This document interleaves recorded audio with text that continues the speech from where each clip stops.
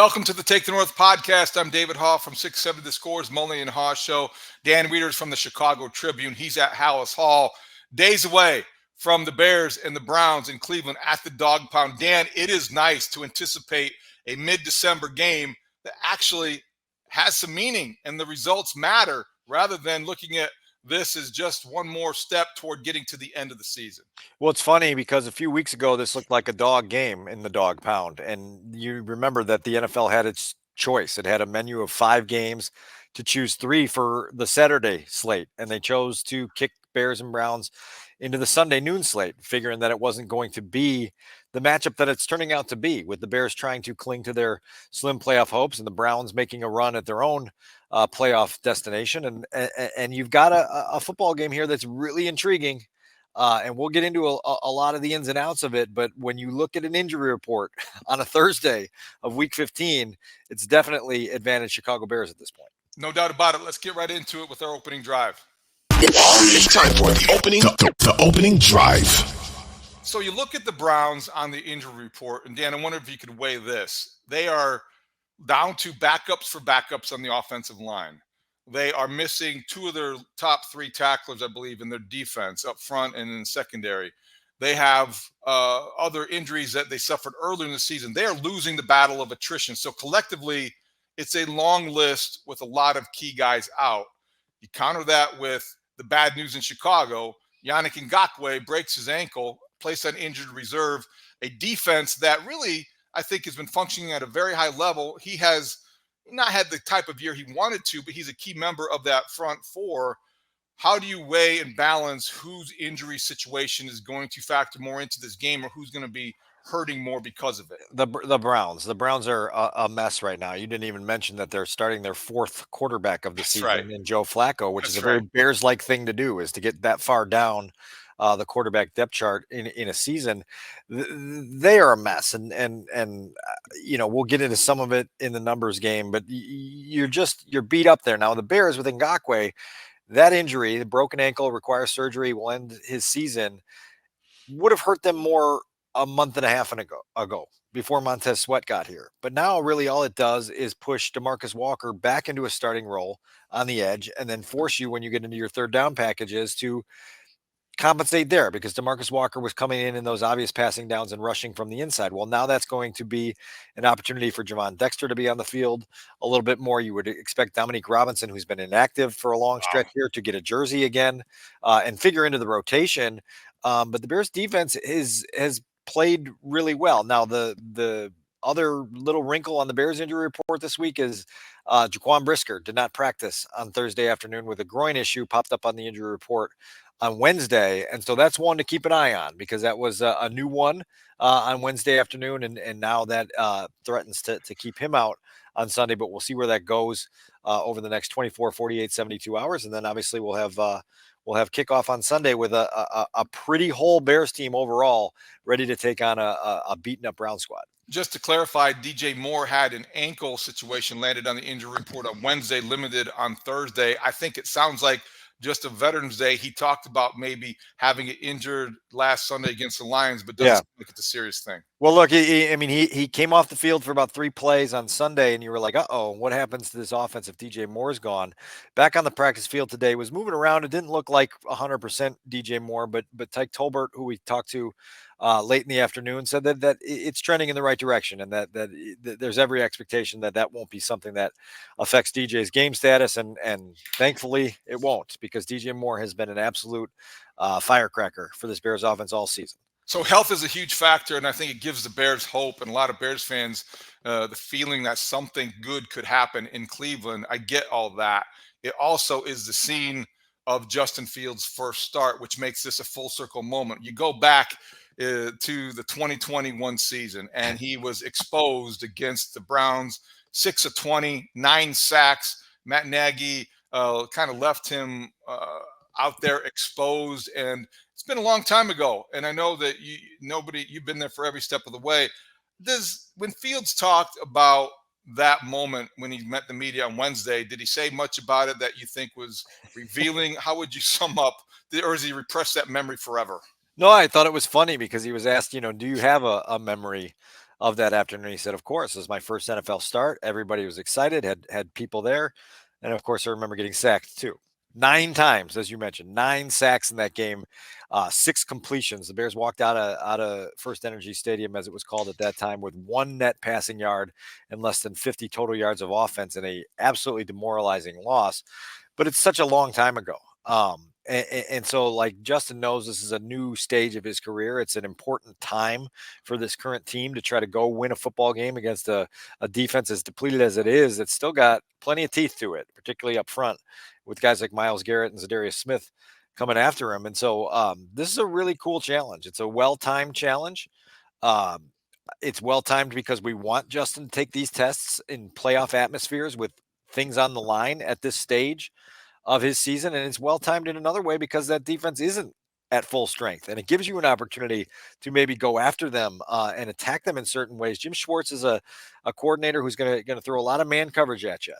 There's a danger in playing man coverage against Justin Fields because if he gets out with his legs and he's scrambling and you don't have eyes on him, all of a sudden what should be a 6-yard run becomes a 55-yard touchdown, as a lot of opponents last year saw. So that chess match, that cat and mouse game will be really interesting to watch on Sunday. And they have a guy who is the consummate game wrecker, fits the definition in Myles Garrett, 13 sacks this year. But Dan, he's gone 3 games without a sack. Maybe I just jinxed him, but that's an eternity for a guy like that. Heck, he had 4.5 the last time, or the game we're talking about, 4.5 with the 9 when that Justin Fields' first start came courtesy of Myles Garrett. I think this is an opportunity. The Bears, they have a fullback, and maybe he'll be in the game on 3rd down and passing downs. They have Mercedes Lewis. Yep. They can give their tackles help if necessary. I don't know if you want to expose either tackle, even as good as Darnell Wright has been at times. I don't know that you want to ask him to block Myles Garrett one-on-one on 3rd and 9. So there are ways that Luke Getsy can accommodate or adjust to what Myles Garrett poses defensively. At the same time, this is the number 1 overall defense for a reason, and even injured, they're going to come after you. Well, and the other thing that they do with Garrett that's super intriguing is they move him around a lot. Right. One snap he'll be on the edge, one snap he'll be lined up inside, one snap he'll be over the center, and the next snap he'll be standing up and rushing from that position. And so you're going to have to account for him not knowing where he's going to be in a given situation. And so that puts a lot on Luke Getsy. It puts a lot on Justin Fields. It puts a lot on the protection unit to figure this out, both before the game and within the game. And don't forget that this game is being played in Cleveland, as I know, which means that this Browns defense has been particularly stingy on their home turf. And part of that is because of the noise that is created inside that building. And so you have to be really on top of it with your silent cadence and being able to be on the ball, because the Browns defensive line and Myles Garrett in particular will time things up and they'll get that extra little half step on you. And Braxton Jones said that's going to be just really key for him to be able to understand, the ins and outs of that and be able to try to account for that and contain Myles Garrett in that way. They can do those things with a special player like Garrett that can get that half step, and maybe that's what's made the difference for them this season. This is the thing you can't predict or project. Justin Fields can gain a half step as well. This is where those special qualities, you want to rely on them if you can, if you're the Bears. This is what you can't really, I guess, from a fan or media standpoint, count on. If Justin Fields, he's as capable of breaking a long one against the Browns because Jim Schwartz maybe blitzed and he eluded it, and all of a sudden he takes off 55 yards later, he's celebrating. This is the kind of game that you could see Justin Fields taking over. You could see him being rattled. It could go either way. That's the wide range of possibilities when you have a quarterback who's as dynamic as he is, but he has been protecting the football, Dan. That's one of the bigger developments. Last 3 games, he's not thrown an interception. Yeah, and Mark Potash reminded me earlier in the week that it was his last pass of the Vikings game before he got hurt that was an interception. So really easy to keep track of the count. 93 passes and counting since his last interception. And look, like Matt Eberflus was really clear about how pleased he is with that and understanding that the growth of a young quarterback, particularly with what the Bears want Justin Fields to do, is to protect the football and do those things.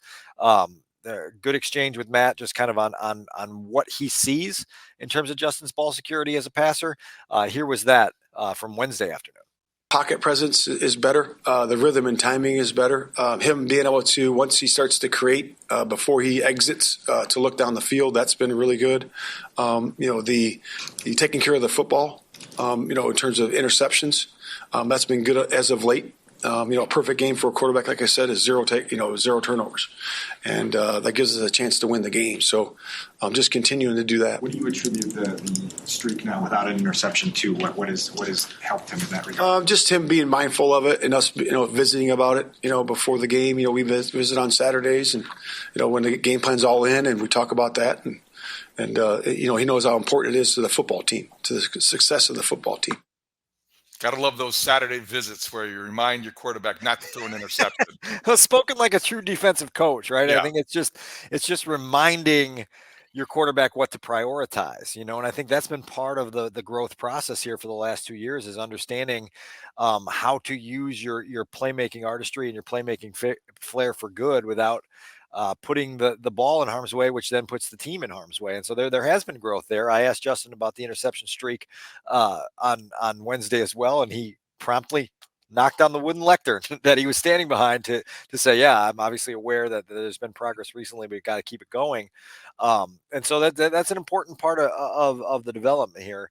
And as you know, living through the Lovie Smith era, when you can get yourself on the right side of that turnover margin with your quarterback doing his part, all of a sudden it increases your chances to get that momentum. Yeah, the takeaways, they mean a lot more when you're not giving the ball away yourself. And I think that's been a key thing. So 93 passes, 3 games, there's all the numbers that tell you that Justin Fields is making some progress as a passer. There's also the eye test. And I think that's the hard thing to quantify, the pocket presence, which is why I thought it was interesting. Luke Getsy on Thursday at House Hall addressed the improvements Justin Fields has made in terms of pocket presence. Biggest thing behind all that I've mentioned in here before is just the awareness of what's going on around you, right? I think that when you know what you're doing, when you know what the people around you are doing, I think that gives you comfort to go play a little more free. And then the more he plays, the more that's going to continue to grow. And I think that's more of a natural progression for a young guy. Pocket presence is not it's one of the hardest things that position has to do, right? You got these crazy beasts all over, like running around all over the place. And how do you avoid? When is it time to escape? When is it time to slide and throw? And by no means do we, Justin and I we'll both stand here and say we're not where we want to be with that, but the improvement continues to grow each and every week for sure. I mean, David, it's something that is hard to coach. You can emphasize it, you can reinforce it, you can give little tips, but ultimately it's a feel thing that comes through experience. And the hope is that the more experience you get, the more you develop it, because as Luke said there, sometimes the more experience you get, the more you understand what's going on around you. That's both within your offense and what defenses are trying to do to you. And so then you develop that heightened feel and that ability to surf and move and understand what that dance looks like. In fairness, it's hard to coach because it's a balance you're trying to strike between letting him play freely with also providing him the structure of an offense that you can, have the right plays called in the right sequence to fool your defense and to move the chains and do all those things. Like, I think it's an interesting contrast because you've got Getsy that's trying to strike that balance. You've got an immensely gifted athletic quarterback in Fields. And you've got on the other side, Kevin Stefanski, who's done a terrific job. The scheme is in place so well that they've won games with 4 different quarterbacks this year, and it is more game manager than game breaker. Cam Newton would love the Browns, but you look at what the Bears are trying to do with Justin Fields, and it is a little bit trickier than it looks. And so some of these intangibles are nice to see because it implies a quarterback that 35, 36 starts into his NFL career might be starting to grasp some things that are the nuances of the position. Yeah, grasping it and being open to grasping it. There can be some stubbornness when you have struggles as a quarterback and you start to tune things out. But to Justin's credit, he's been on board with all the things they've emphasized. The other thing that we've talked about really, heavy since August and September is that, changing the TAR, the tuck and runs, into the SATs, the scramble and throws, and you've seen Justin become much better as an extended play thrower and be conscious of the danger that presents to a defense in doing that. And so again, to his credit, he's embraced all these things, and now it's just a matter of how far up the ladder can you climb, how quickly, and which way it goes. Now I'm going to throw another little wrinkle at you, because at Thursday's practice during individual drills, as Justin's throwing towards the net as part of their early practice things. There's a stretch there where he throws a pass and comes up wincing a little bit, kind of moving his shoulder a little bit. And a bunch of us standing on the sideline watching that are going, oh gosh, he's not on the injury report, which indicates that he hasn't had to get treatment for that at this point, but just something to keep an eye on, because he took a little bit of a beating against the Lions on Sunday. And there were moments in that game where you're like, okay, he got hit, and you can see it, the look on his face, that there's a little bit of discomfort. Just dropping that in there. Just dropping that in there before we get to Sunday, just so we have it in case something happens Sunday. Of the season, even though he took a few games off in the middle of the season, there's still the cumulative effect of the physical toll that a season takes on a quarterback, especially when he takes the beating that he does. Which brings us to our last topic before we get into the numbers game and our predictions. It's been a loud week, or maybe a little bit louder week at Howell's Hall. You've got Jaquan Brisker speaking on Justin Fields' behalf. Justin asks about the fact that he doesn't get the flags. Matt Eberflus explaining why he doesn't go berserk or ballistic or make it more of a public issue. Dan, where do you come down on what the right amount of rhetoric is and the effect it has when it comes to Justin Fields not getting the flags or the calls that a lot of other quarterbacks may get? Well, to be clear, most of the rhetoric out of Lake Forest this week has been fished. It's the people have been soliciting it and getting it. There was one obvious egregious hit on Sunday against the Lions. First play of the game, Justin scrambles, slides, and Jack Campbell lands on him. In the moment, you watch that play and you go, how does he not get that call? Why is there not a flag out there? You watch on Monday night and Tommy DeVito takes a similar hit and doesn't get a flag, and Brian Dable loses his mind on the sideline.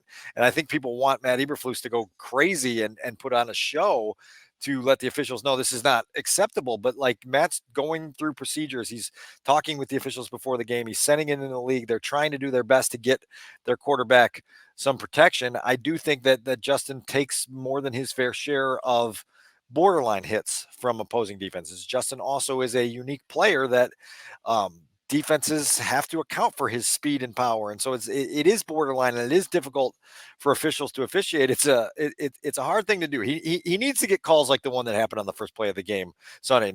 I'll let you go there, and then I'll maybe tack on. How much do you think it does really come down to respect? How much do you think is affected by any external noise that's created leading into a game? Zero. You really don't think it factors in? No, I think it has to do with the kind of player he is. I think it's just like, it's really hard to officiate a guy who is running as a scrambler, who is running as a designed runner, who, there's just a lot of plays within a game where you have to figure it out. And when you've got a guy that fast, and then there's, he closes ground and a guy's trying to pull up, and there was one the other day that looked bad, but it was only because the defensive back was trying to jump over Justin, and Justin popped up from his slide and ran it. And then you're just like, that's not going to get a flag. But when Lamar Jackson get those calls? When the MVP get those calls? I don't know. Cam Newton didn't get them. He was an MVP, and it was just Cam's 6'5" and 260, and it was just different. So I will say this in a joking manner. Our friends at CHGO have been hammering this storyline this week, hammering it every day, hammering it some more every day. Locker room, podium, assistant coaches in the midway out here. And I joked with Colleen Kane, my colleague at the Tribune. I said, by the end of this week, I wouldn't be surprised if Congress got involved and Jack Campbell was facing jail time with the way that this inquest is escalated. But we'll see how that plays out on the field Sunday in Cleveland, because it will certainly be a storyline, and it'll probably be talked about. And you would imagine that Matt Eberflus would bring it to the officiating crew's attention once again. The last thing I would say on this is that with Matt Eberflus, as much as there have been a couple times I haven't quite gone full meatball, but I did at one point say that he could be a little bit louder and more vocal. And, it's more of an NBA type of thing. You go back, and NBA coaches are more vocal about not getting calls, and you don't want to get to that. But Matt Eberflus, in the way that he has explained his method and his rationale and his approach, is very much in character. Yeah. So I think that if he ends up being the loud screamer and goes full Ditka on somebody, I think it might come off as disingenuous, and it might come off as a little bit of a stunt. So I suppose you like coaches who stay within themselves and are who they are. So that's exactly what Matt Eberflus is going to do when it comes to this. The chatter on this topic has been loud inside this building this week. It'll be interesting to see how much those sound waves travel and where they get to by the time we get to game day on Sunday afternoon in Cleveland. Yeah, another sort of intriguing subplot in a Justin Fields saga right now that has got a lot of cool storylines attached to it as he goes to take a pretty big test Sunday. Let's get into our numbers game and our predictions. All right, Dan, every week, ChicagoTribune.com numbers package. Always enjoy it. How about giving us a sampling of what is going to be in there this week? All right, since we're talking about Justin Fields, I'll give you the number 3. And that's the number of passing touchdowns Justin Fields threw in the first half in his last visit to Cleveland. I know we all want to talk about week 3 in 2021, Justin's first start as a rookie. But the last time he walked into this building, David, in Cleveland, he threw in a preseason finale in 2022. He completed 14 of 16 passes for 156 yards and 3 touchdowns before halftime. Those touchdown passes, by the way, were to Ryan Griffin, Dante Pettis, and Cole Kmet. So the demons from that first-year start in Cleveland were vanquished a year ago. Is that the way it works? And now, yeah. So is that the way it works? They're gone. The preseason vanquished those, and now Justin's got a chance to write a new chapter on Sunday. That's not a bad one, but I don't think that's the way it works. I still think that if Myles Garrett is playing, I don't think he played. Myles Garrett did not play in that game. So if he's on the field, I'm going back to his first career start. But what's the next one? All right, 12. It's the number of Cleveland Browns currently on injured reserve. That includes 6 week 1 starters. You're talking about Jack Conklin, Nick Chubb, Deshaun Watson, Jedrick Willis. On the offensive side of the ball, you're talking about Grant Delpit put there this week, Rodney McLeod, another safety. And pretty soon, it's possible that Agbo Okoronkwo, I had to try to pronounce that and practice that before the show, Agbo Okoronkwo could be headed there with a pec injury. He won't play this weekend. And so you look at this team, we talked about it in the opening, Ethan Pochitz, this stinger, Joel Bitonio, he's banged up. David Njoku didn't practice on Thursday. He's got a knee problem. DeJuan Jones out. Maurice Hurst out. All these other guys that are on injured reserve or currently just not practicing and likely unavailable, that team is beat up. And that's a problem for Cleveland and a nice timing gift for the Bears. That's a good one. I like that one because it also just speaks to just why this game is more. I think why the Bears have a chance in this game. Why people are thinking the Bears can actually do something in this game. I mean, Cleveland that's a lot of players to be without at this stage of the season. All right, I have one for you, and it's 3-1. Is that a number? That's a statistic. 3-1. I know we got it down there to get into later, but I want to get into it now. The Bears are 3-1 when they win the coin toss and take the ball. And I don't think it's as simple as people want to make it out to be. The analytics, you can find that you should defer, you should avoid the double dip and all the things and reasons why you do and follow conventional wisdom. Dan, I don't mind it from the Bears' perspective. I think it's case by case.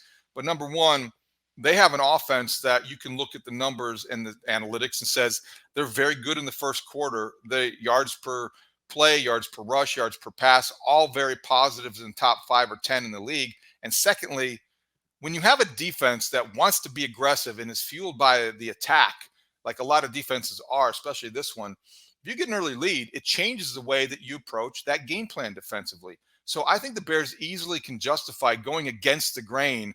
And I understand why Matt Eberflus is doing what he's doing. And I almost respect it because it'd be so easy for a coach on the hot seat to say, well, I am so afraid of the reaction to this. It is against the grain, and I'm going to follow the analytics. And he's saying the opposite. He's going to listen to his guy, Harry Freed. He's going to say, well, you know what? This makes sense for us, so this is what I'm going to do.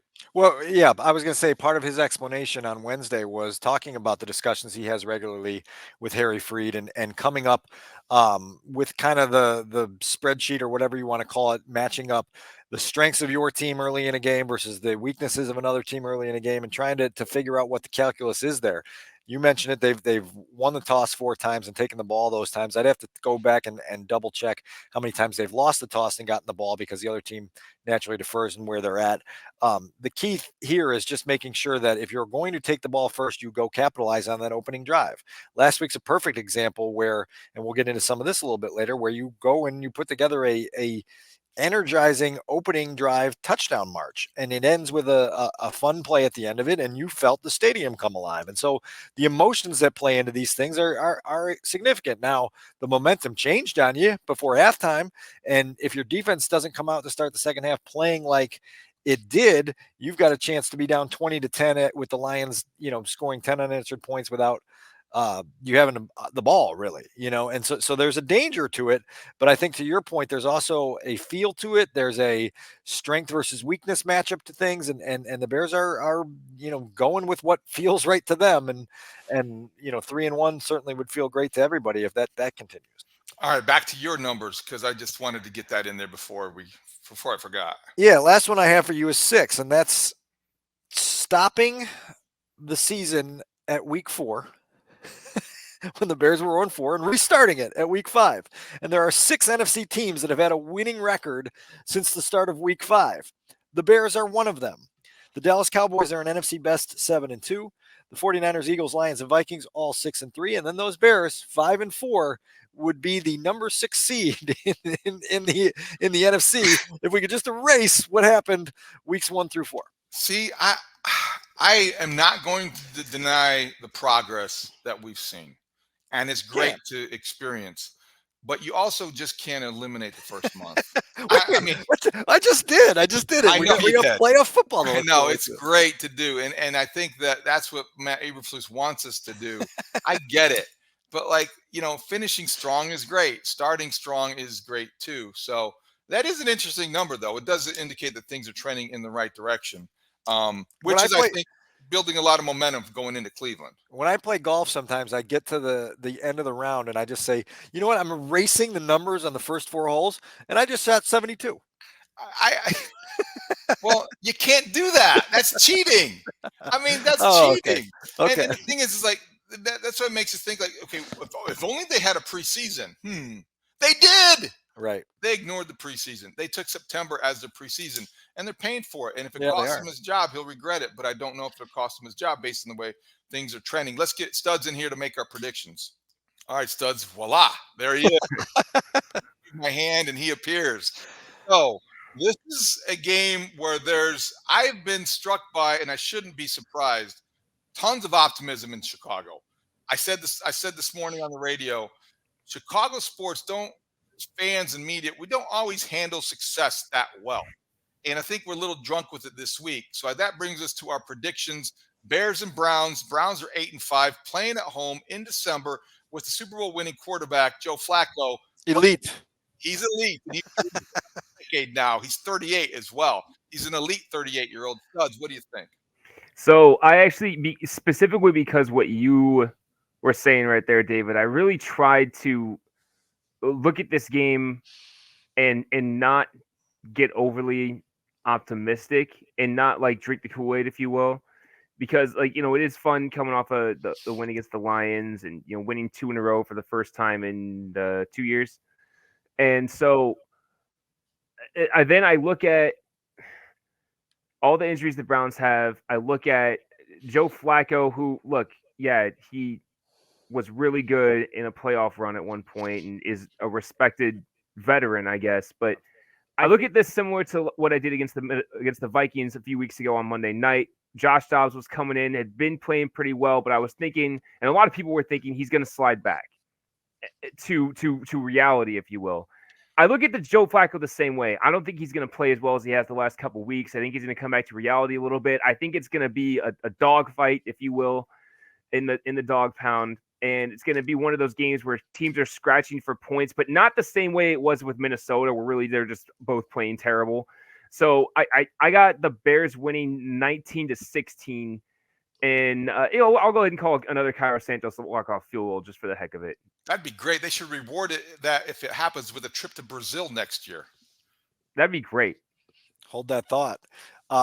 Studs and I have been on the same page the last 2 weeks, and I have the same point total for the Cleveland Browns, 16. I have the Bears scoring 17. I have the Chicago Bears winning their 3rd consecutive game with a road upset of the Cleveland Browns. David, I had no intention of leaning this direction when the week began. I thought this Browns defense was exactly the kind of defense that was going to bring the Bears back to reality. I thought we were going to wake up on Monday with the entire city shouting at Luke Getsy again for not being able to manage any momentum in a game that the Bears badly needed. That injury report has swayed me all week long. The number of names that have been added to it, the number of names that are still on it, the number of guys that aren't going to play this weekend, and you couple that with the Bears' overall health. on both sides of the ball. And you just say sometimes in December, the healthier team wins. In this case, the healthier team is the Chicago Bears. They win. They get to 6-8. Wow. That's a big prediction. Oh, by the way, I think we didn't really cover, maybe it didn't happen this week at Haugh saw the Luke Getsy bus toss. I did not get that memo. Did they cancel that this week? He sounded like he was pretty good at the podium. I don't think there's no bus. There's no bus. He was great at the podium as usual. I think there was a lot more, at least on the Bernstein and Holmes show, there was like, hey, we're glad to hear him take full accountability for messing up for the 4th and 1 play with DJ Moore, and him saying I didn't have Justin prepared enough on that play. And I thought that was a tiny little thumb point, just a little bit. So yeah, that was good. It was really good. We've never really heard him do that. We all have kind of similar approaches. Attrition is impossible to ignore. I don't have a ton. I'll probably regret this Sunday night when we're talking about it. I don't have a ton of faith in Flacco, despite the fact that he can still wing it. I do respect him. I was a Flacco guy back when they were debating whether or not he was elite. But I think that the Bears can get to him. I think Montez Sweat can get to him. And I think in the dog pound, this defense will bear its teeth, and the Bears will control the game defensively. I've got it 19-17 Bears. Maybe it will be a last-second Santos field goal. I'm not sure what it will be. It'll probably be 1 touchdown and 4 field goals, and the Bears got to feel good about the kicker. In that environment, Justin Fields protects the football. And this is the other thing. The Bears are only one of 2 teams that are in the top 5 in the league in terms of rushing offense and rushing defense. The 49ers are the other. That's something they need to lean into. That's part of their identity. And when they do that this week against the Browns team full of backups, I think they win the game and they get out of there. And they're 6-8, and it makes next week a little bit more entertaining. Jerome Ford and Kareem Hunt, the backs that they're going to have to keep their arms around this weekend. So we're all taking the under on this one. Over under is 38.5, and we're still hitting the under for all 3 of us. Wow, feels safe. It does feel very safe. I would if I were to make a bet, I would take the under. All right, let's wrap things up with our 2-minute drill. The 2-minute drill. The 2-minute drill.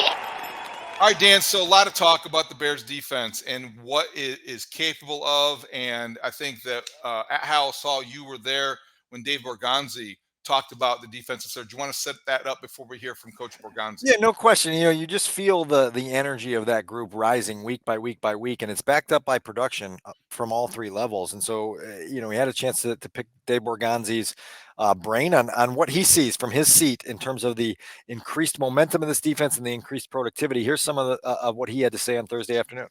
Thought about that a lot because when you have those moments during the season, you have some hard moments where maybe you're not playing as well as you want to play, but you trust your defense, you trust your systems in place, and you got to weather the storm a little bit. And, we talk about the foundation of our defense and what we do, and you're going to have moments where it's not going to look great sometimes, and you got to overcome those, and you got to trust your systems in place and keep, you don't have to change the whole defense, right? You just got to execute it better.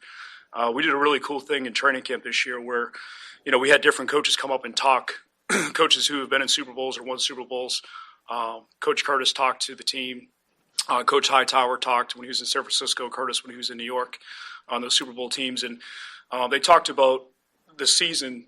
They won the Super Bowl, and and the common thing when those guys talked was the adversity they had to overcome. They've had moments in the season where it wasn't good, and they came out on the other side of it because they had really good leadership.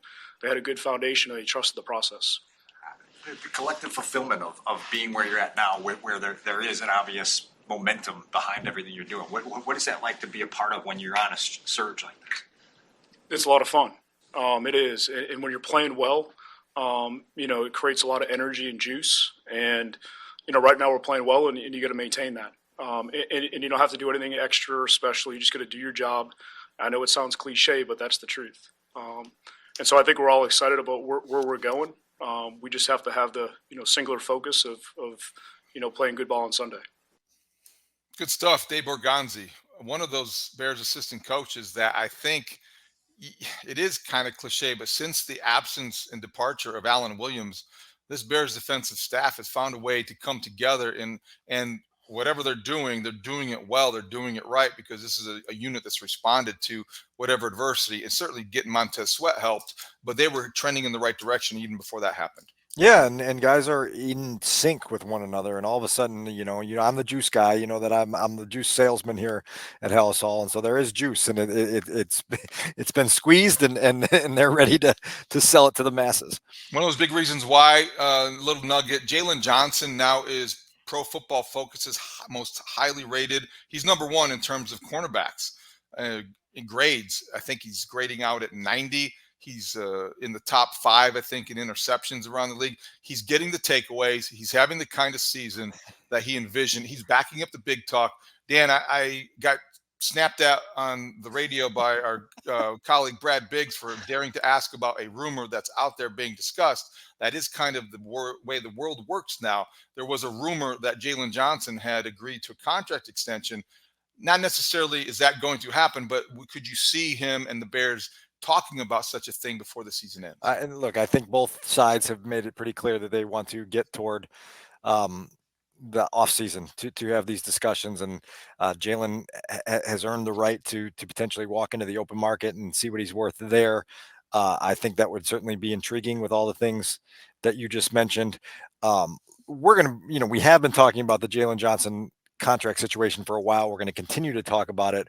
I will side with Brad on the stance that when somebody we've never heard of, just because they have a blue check mark, throws something with some numbers in it into a tweet, and the rest of the world starts to eat it up like koi in a koi pond eat spit, then that tells you what kind of world we're in, because it was crazy. I in my opinion on Wednesday for, what was it? Some dude named MJ Hurley, who no one had ever heard about, put something out there to spread like wildfire, like it did, that had no validity to it. And then people saying, not even sure if this is true, but something to keep an eye on. Well, like at some point we've got to get better checks and balances and guardrails around our information. But I think that's part of the role of the people who are in a position to provide it, the checks and balance. That's what I think.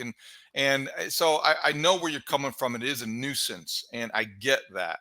I also think that when you are in a position to separate fact from fiction, it's not something that happens every day, and it is something that rose to the level. Social media is a thing we all have to acknowledge, how it's changed the way we do our jobs. It is gross, and there are some downsides. So, but I did have a problem with addressing it. I didn't have a problem with clearing it up. That's why I asked the question twice. It's okay to address it, and I guess clear it up, as long as you're very emphatic that like this is a absolute, it's a non-substantive rumor that was made up out of thin air, apparently. But that's that. And I think both of you guys might feel differently if you had 22 hours of airtime to fill a week. Okay. So, all right. So the other thing, what is the Slim Shady thing that I hear of being discussed? That's Slim the name. Shady to me is, one of the favorite best rappers of all time. But what is Slim Shady? Where's he from? 8 Mile. In Detroit. Yes. It was the name of the play that DJ Moore scored the Bears opening drive touchdown on last week. That was the play call that when Braxton Jones heard it in the huddle on that opening drive last week, said, perfect. This is the perfect call for the perfect situation. I know we're going to score. Part of my storylines package every week, ChicagoTribune.com, includes a little bit of I'm not going to call it a deep dive, but a shallow dive into Slim Shady and the play that the Bears ran to get 7 points out of their opening drive last week. A lot of cool things happened on that play, Dave. Not the least of which is the origins of it, with the Bears having their kind of regular brainstorming session between their offensive coaches, taking on ideas from other coaches and things they've seen either in the college or the pro game, deciding that there was something here to play around with, matching it to their personnel. And then if you look at it, there's a little bit of Philly special to it without the give to Justin Fields to throw back the other way. That's right. DJ Moore keeps it. You get a great block from Braxton Jones on the edge. You get a 181-pound receiver, Trent Taylor, mixing it up with Alex Anzalone. You get a wrestling match between Roschon Johnson and Aiden Hutchinson, and you get DJ Moore racing to the end zone. And as Tyke Tolbert said, untouched until Lucas Patrick grabbed him off the wall behind the end zone. And so that's a pretty cool way to put it. Cool play in a cool win. And to me, it just signified the fun that returned to Soldier Field on Sunday in that signature win. It's a great example. It's a great explanation. And Luke Getsy basically had one shot, one opportunity. Well done. Well done. So, well done. Well, the last thing I wanted to mention from my standpoint is that there's something that will get Bears fans interested or curiosity piqued. Charles Robinson, longtime Yahoo NFL writer, had a story that was posted on Thursday afternoon, I believe, looking at the Bears quarterback situation and putting into digital space and giving voice to something we've been talking about a long time. Do you move on from Justin Fields? What is the allure of Caleb Williams? He talked to 7 different general managers. All 7 essentially said that if given the choice, they would likely trade Justin Fields and draft Caleb Williams. We are a long way from having to make a final decision, but it does speak to what's out there in the NFL, cyberspace and what they're talking about amongst themselves. Nothing against Justin Fields. You can do 2 things. You can appreciate the growth that he has made and maybe the consistency with which he'll end this season, and still believe that the Bears might be in a position to financially make their path a little bit clearer by going to a rookie quarterback, and also just upgrade the position if their talent evaluators believe that Caleb Williams is a generational talent. So this is an ongoing conversation, but Charles Robinson did a nice job in adding to it with the Yahoo Sports story on Thursday afternoon. Something we've talked about a dozen times about how the Bears situation is affected by circumstance. And again, if they were going to be picking 8th, this is not a discussion that gets the legs that it currently has, but they have the godsend of the Carolina Panthers pick for April. And it looks like it's almost certainly going to be number 1 overall. And so these discussions are difficult. This is a decision that's going to be complicated. It's going to be layered, but you understand why it's a decision that creates intrigue for the general manager and the people in this building, because if you can add a star quarterback, and no one's promising you that Caleb Williams is going to be a star quarterback, but if you believe that he can be, and you're adding him to a roster that is growing in every way and making obvious improvement, oh my God. I mean, your window opens wide open. Now it's up to Ryan Poles and his talent evaluation staff to really go deep on Caleb Williams, on what makes him a great player, on what makes him tick as an individual, on how he's going to handle struggle and failure and pressure and the fishbowl and all those things that we talk about. If you decide that he's going to pass all those tests, it's 100% a consideration you have to make, and then you've got to make that tough decision. It's not easy, but it is certainly within the realm of possibility, and you hear that in the report that you just mentioned from Charles Robinson. Great stuff. We'll continue to talk about this moving forward. The conversation is ongoing as well. And we will check in Sunday night from after the Browns game, because you'll be in Cleveland. I'll be back in Chicago, and we'll talk about what happens with the Bears and the Browns at the Dog Pound. Opportunity for the Bears to improve to 6-8 and win their 3rd game in a row. It's real, and it could be there for the taking. Real quick, you mentioned the Brazil game earlier. Yeah. The NFL also had discussions earlier in the week between the owners about expanding the international package of games.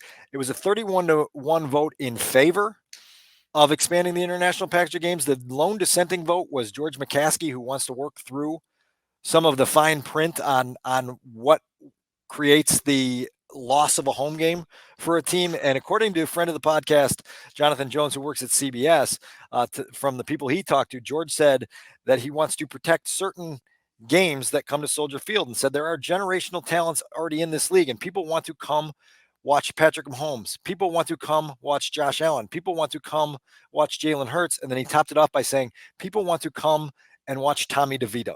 And apparently that got a big laugh from the room. It was a sarcastic quip delivered as only George can deliver it. But the sort of response to all that is, get your own generational talent, and you won't have any trouble getting people coming to Soldier Field to watch anything you put on the field or anyone you play against. Because if you get one of those guys, then it doesn't matter where you play. Amen. That's funny, George, but I think your answer is even better. So that's interesting. I hope they do it for Cairo Santos. He deserves to go back to Brazil if the Bears play there next year. He's the only Brazilian player in the NFL. And he said if he's not in the game, he'll take the weekend off to go to the game. I thought that was pretty funny too. I'll get my passport renewed. Oh, I would love to go to that game. That'd be a lot of fun. In December, even better to get out of this cold weather. Although it's been very nice in Chicago lately. We digress. All right, that's it for the Take the North podcast on your free Odyssey app or wherever you get your podcasts. You can watch us on 670 The Scores YouTube page. You can evaluate us, review us, subscribe, do all the things, and just come back Sunday night. We'll be back with a post-game pod to react to whatever happens at the Dog Pound between the Bears and the Browns. Anything else, Dan? That's it. All right. Thank you for listening to the Take the North podcast. We'll talk to you Sunday night. Great talk. See you out there.